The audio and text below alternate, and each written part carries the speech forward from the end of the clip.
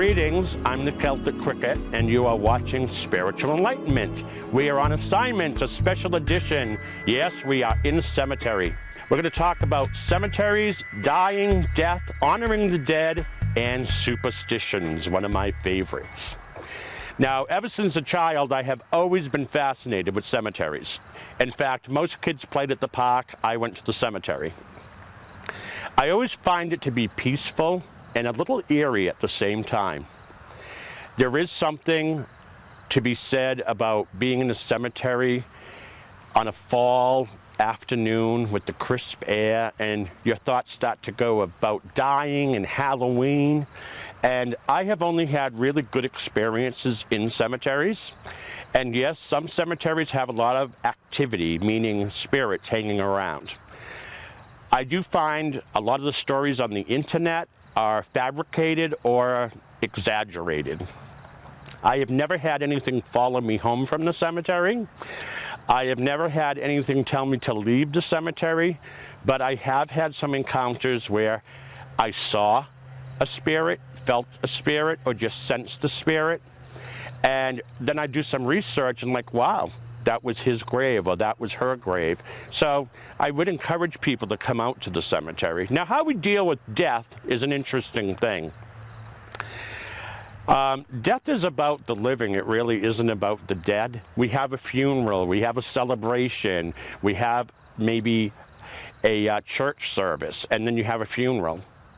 The deceased is dead. We're doing that for us, but we're doing that to mourn the passing of them and to celebrate their life.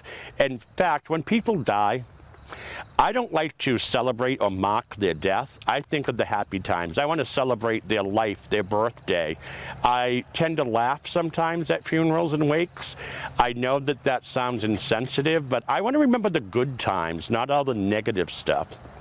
However, we're in a cemetery right now, and slowly these are becoming not extinct, but more and more people are getting cremated. And you'll notice that a lot of the newer headstones that are being put on graves are more flat, so they can't be toppled over because of so much vandalism that goes on.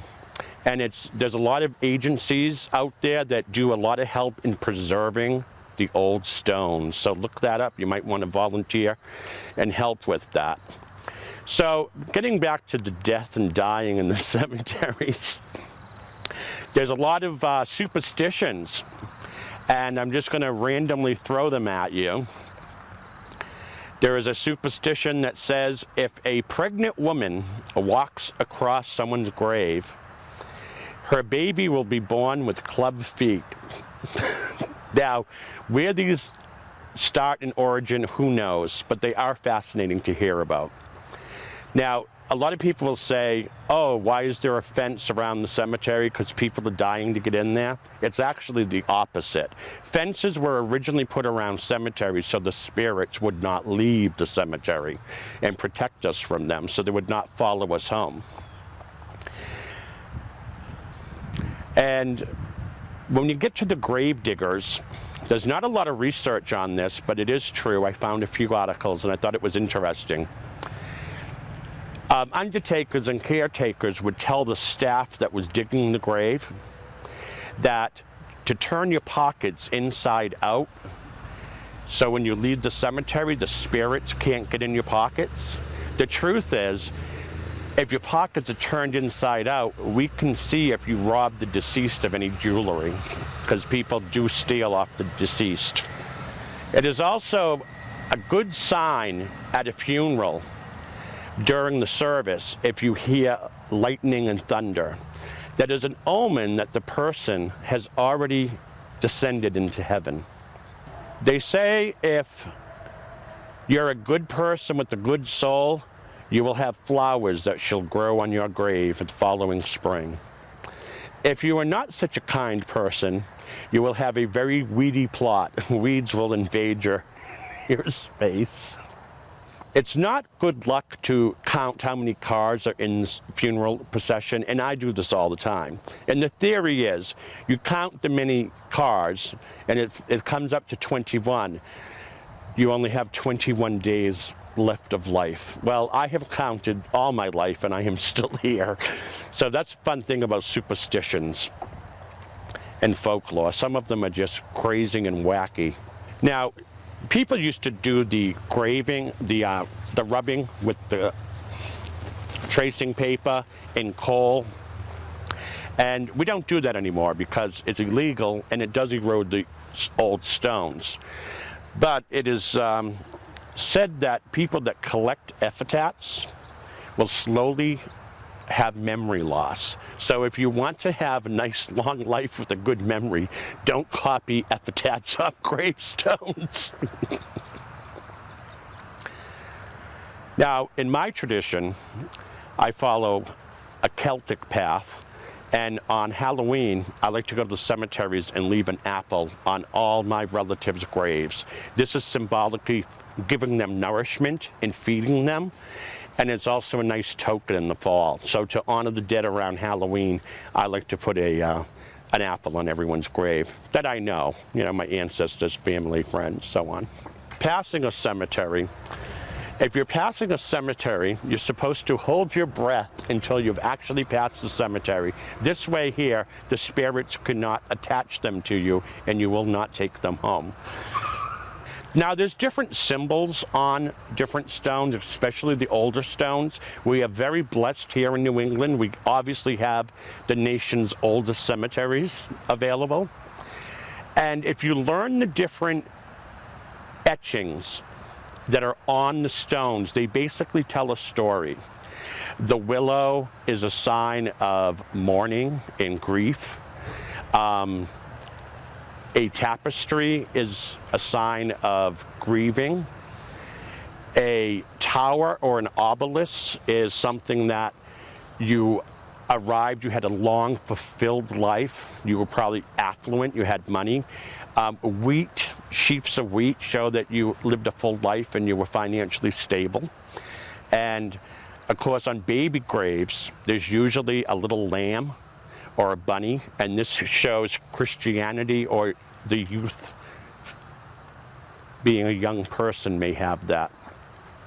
You'll also see on women's graves flowers, a lot of flowers. A flower that is opened like a rose and has a rose bud next to it, that is a woman that died in childbirth.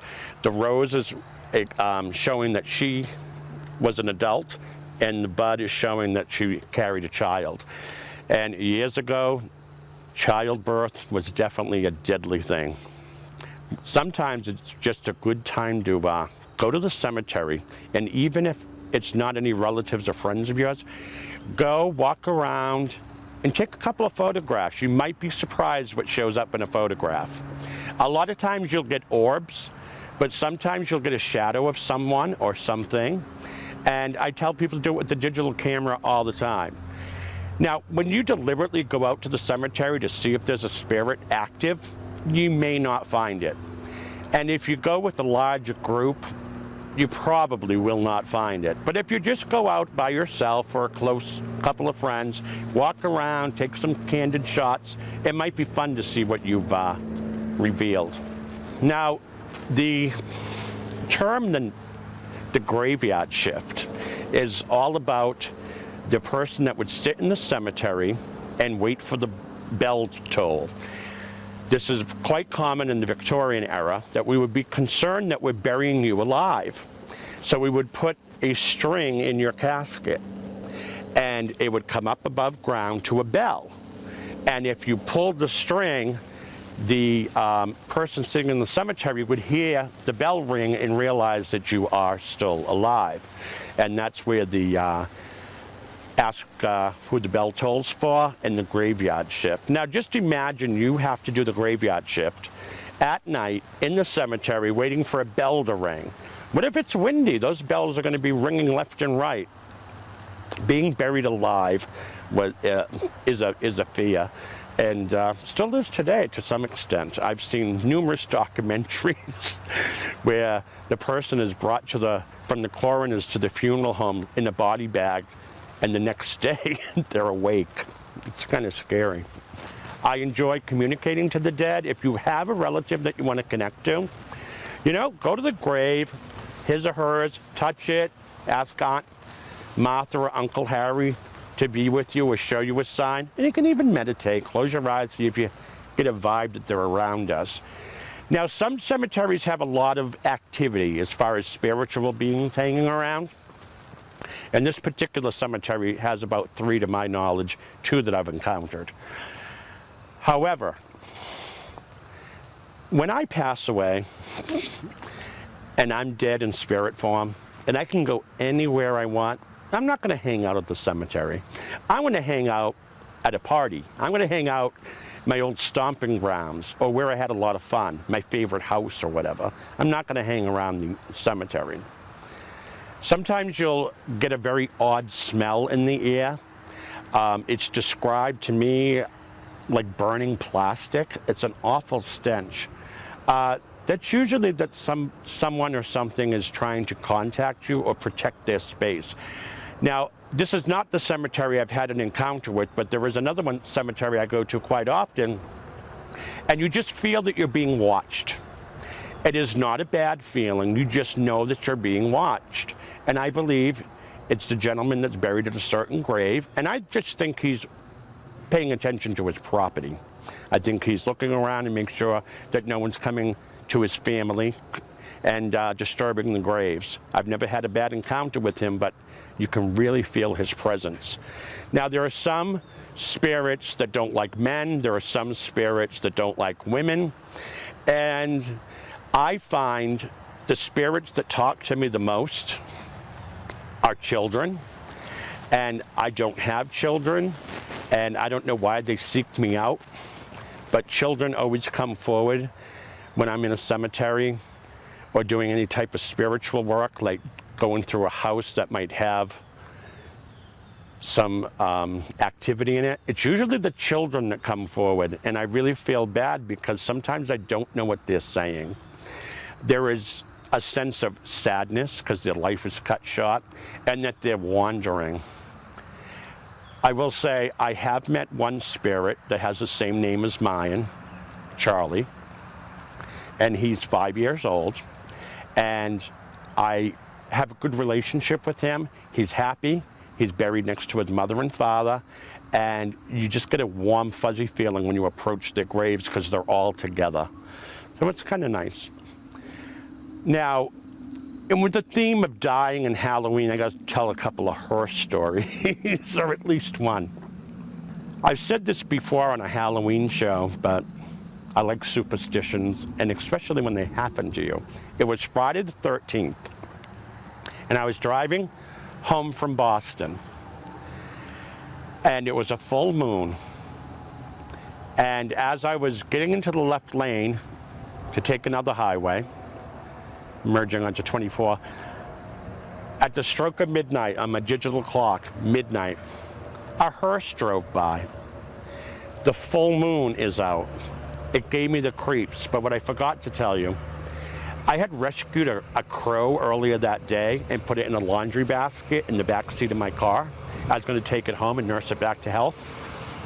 As the hearse drives by, the clock goes to 12. I stare at the full moon. The damn crow jumps out of the laundry basket onto my shoulder. Yeah, I was screaming like it was the end of the world. Yeah, true story. I talk about it a lot because it happened and it was scary at the moment, but now it's fairly funny and silly. Also, when you come to the cemetery, years ago, people would bring the whole family. You would stay for the day. You would have a picnic. In some of the older cemeteries, you'll see cement slabs that are raised up like a table. That's exactly what they were for. The family comes, you break bread, and you communicate, and you hang out at Aunt Martha's grave, and the whole family. It's an outing for the day. You don't see that going on nowadays, but that's what people used to do. Sadly, even till today, you'll see it, because I go to a lot of cemeteries, the elderly man or the elderly woman that lost their spouse brings a folding chair and pretty much sits at their grave every day. Obviously, the bond of love is very strong, but I would imagine after a while that would be very depressing because we have a hard time letting go. So if you want to do any spirit communication, just come into the cemetery with an open mind and just be open to what if. Don't call people out. Don't demand. This is not a ghost hunting type show that you want to do. You want to go out and be respectful. There's some gravestones that will call you in for the artwork or the shape or the age of the grave. But new graves too can have a lot of activity. And we got to take the good and the bad too. Sometimes you'll feel very horrible senses of sadness, depression, and it's not good. There are people that are in cemeteries that were murdered. If you were murdered, you had a violent ending, you may not be resting at peace. You might have that negative energy around you, and who wouldn't? Now, there's all kinds of stories about cemeteries, and one of my favorite, one I dare you to Google, is Resurrection Mary, and this is out in Chicago. And there's many stories about a young girl is buried in the cemetery named Mary, and she has been seen hitchhiking. She has been picked up by men. She has gone to dances, and the cabbie will drop her off at the gates of the Resurrection Cemetery in Chicago, and they think it's very odd that she wants to get off at the cemetery, and then she just vanishes. It's been on many legitimate investigation shows, and of course on YouTube there's all kinds of fun things about it. And there's actually a song that was written about it in the 50s. So the boy goes to a dance, he meets a nice girl, he starts walking her home, she's cold, he gives her his sweater, he leaves, then it dawns on him, oh, that girl has my sweater. He goes back to the house and says, I want to see your daughter.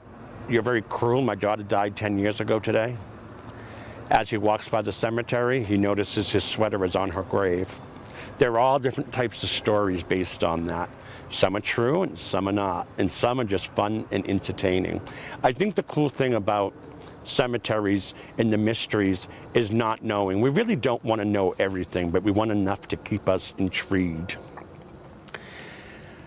Children are very impressionable. So if you do go to the cemetery and you have young children or a niece or a nephew, they might pick up on something in the cemetery before you do. And it is amazing me when they pick up on someone's name and when they died that have never been in that cemetery, and sure enough you find out the child's right. I don't know. It's happened twice. It may have happened to you. Now, some people will leave coins on the graves. I think that's a very nice token. And we also leave coins on the deceased on their eyes. That's to pay the ferryman to cross you over. Now, in Massachusetts, because we have a lot of the older graves, most graves close at dusk. In your older towns, if it is not posted, you may go in the middle of the evening. Spirits are around during the day too. That's why I say if you're going to go out in the day to pick up on spirits, go in a quiet time and don't bring a lot of entourage with you, and you may pick up on something. The reason we do a lot of things at night, not only does it set the stage and the atmosphere, but it also, at nighttime, things are more quiet, so you're more apt to hear and see things. Now, I practically live in cemeteries. When I go on vacation, I just got back from Oklahoma, the first thing I did was this cemetery, this cemetery? That's where I'm going. I love to take photographs of the graves. But I still get weirded out. I will go in the cemetery at night, no problem, but I won't go alone.